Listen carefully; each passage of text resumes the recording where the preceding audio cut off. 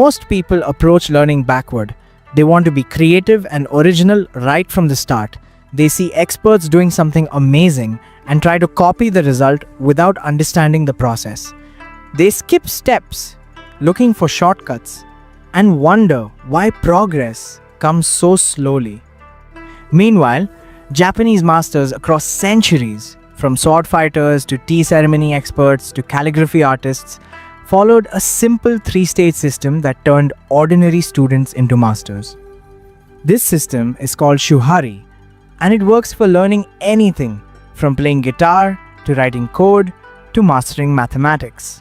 Shuhari breaks down into three Japanese words: Shu, which means to follow or protect the traditional way; Ha, which means to break away or detach from tradition; and Ri, which means to leave or separate completely, creating your own way. These three stages represent the complete journey from beginner to master. The system works not because it is complicated, but because it respects how human learning actually happens. Most people fail at learning because they try to skip straight to the third stage without building the foundation of the first two. The first stage, Shu, means following the rules exactly as taught without adding your own style or creativity. When a student began learning sword fighting under Miyamoto Musashi, they did not get to invent their own techniques or develop personal flair. They copied their teacher's movements exactly, down to the smallest details. The angle of the blade, the position of the feet, the rhythm of breathing, everything had to match perfectly. This might sound boring or limiting, but it served a critical purpose. Think of Shu like learning the alphabet before writing poetry. You cannot create beautiful sentences if you do not know how letters work. You cannot innovate in mathematics if you do not understand basic operations. The Shu stage builds what Japanese masters called correct form. This means your body and mind learn the proven path that has worked for hundreds or thousands of students before you. You are not being creative yet because you're building the base that creativity will later stand on. Modern education often skips or rushes through Shu. Teachers encourage students to find their own way or express themselves before they have mastered the basics. This sounds good in theory but creates serious problems. Students end up building on weak foundations. They develop bad habits that become harder to break later. They miss the subtle details that separate good performance from great performance. The Japanese approach says something different. Master the fundamentals completely before trying to add your own ideas. Respect the traditional way because it represents accumulated wisdom from everyone who came before you. A practical example shows how this works. When Japanese students learn calligraphy, they spend months or even years just copying their teacher's brushstrokes, not creating their own style, not experimenting with different approaches, just copying. The student places their paper over the teacher's work and traces the exact movements over and over. This seems like it would make everyone's calligraphy look the same, but the opposite happens. By following the traditional form so completely, students internalize the principles that make good calligraphy work. Later, when they reach the Ha stage, their personal style emerges naturally from this deep understanding rather than from surface-level imitation. Research in skill development confirms what the Japanese discovered centuries ago. Studies show that beginners who spend more time on deliberate practice of fundamentals progress faster in the long run than those who jump quickly to advanced techniques. The brain needs time to build correct neural pathways. Rushing this process creates weak connections that limit future growth. Shu honors this reality by refusing to hurry.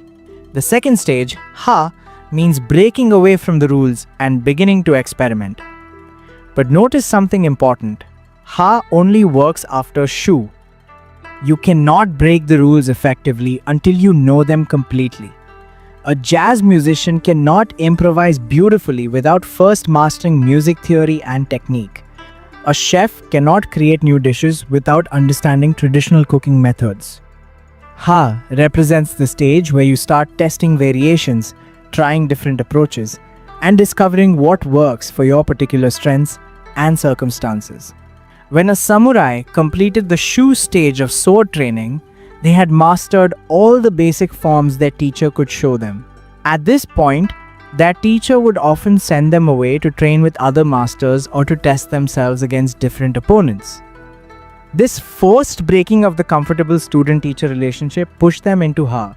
They had to adapt their perfect forms to new situations, different teaching styles, and unexpected challenges.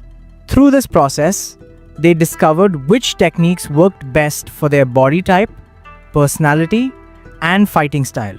Ha requires courage because it means accepting that you might fail. In Shu, you had clear guidance. Your teacher showed you exactly what to do. In Ha, you must make your own choices about what to keep, what to modify, and what to discard. This uncertainty scares many students, which is why some never leave Shu. They become very good at copying, but never develop their own voice or approach. The Japanese masters understood that this stage of uncertainty and experimentation is necessary. You cannot become truly skilled without going through the discomfort of Ha. Modern learners often do Ha too early, before completing Shu. They try to be creative and original before mastering the basics. This leads to what looks like innovation, but is really just confusion. True innovation comes from deep understanding, not from ignorance of fundamentals. The Shuhari system protects against this by making Shu non-negotiable. You must complete the first stage before earning the right to break the rules in the second stage. The third stage, Ri, means leaving or separating from all forms and creating your own way. At this level, you are no longer following anyone's system, not even as a reference point. You have internalized the principles so completely that you act naturally without thinking about rules or techniques. Your skill becomes an expression of who you are rather than something you learned from someone else. This is mastery. Miyamoto Musashi's final years show Ri perfectly. After decades of following traditional sword schools and then experimenting with different approaches, he developed his own style called Niten Ichiryu, which used two swords instead of one. This was not random creativity. It emerged from his complete mastery of traditional single sword techniques combined with years of testing what worked in real combat. His innovation made sense because it grew from a foundation of deep traditional knowledge. When he wrote the Book of Five Rings near the end of his life, he was no longer teaching specific techniques. He was teaching principles that went beyond any single approach to combat. Most people never reach Ri, not because they lack talent, but because they never completed Shu and Ha properly. They tried to skip to mastery without building through the earlier stages. The few who do reach Ri share a common pattern. They spent years in Shu, faithfully following traditional methods. They spent more years in Ha, experimenting and finding their own way. Only then did Ri emerge naturally, almost by accident. They did not force it or plan for it. It simply happened as a natural result of the previous work. Here is how to apply Shuhari to anything you want to learn. First, identify someone who has already mastered what you want to learn. This could be a teacher, a mentor, or even just studying the work of experts in that field. Second, commit to copying their approach exactly for a specific period. If you are learning guitar, play songs exactly as the original artist played them. If you are learning writing, analyze how great writers structure their sentences and copy that structure. If you are learning programming, recreate projects that expert programmers have built. During this Shu phase, resist the urge to add your own style. You might think your ideas would make things better, but you do not have enough experience yet to judge that accurately.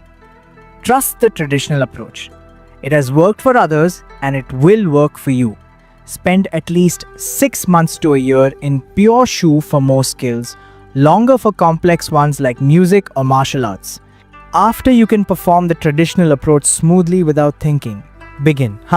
Start making small changes. Try different variations. Test what works and what does not. Keep a journal of your experiments. Notice what feels natural for your body and mind versus what feels forced. During this phase, which might last another year or more, you are discovering your personal relationship with the skill. You are finding your voice within the art. Finally, if you continue practicing long enough, Re will emerge on its own. You will stop thinking about rules or techniques. The skill will flow naturally as an expression of who you are. At this point, others might look at your work and think you are naturally talented. They will not see the years of disciplined copying in Shu or the years of careful experimenting in Ha. They will only see the effortless performance of Re. This is fine. Let them think what they want. You know the path you walk to get there. The beauty of Shuhari is that it removes confusion about how to practice.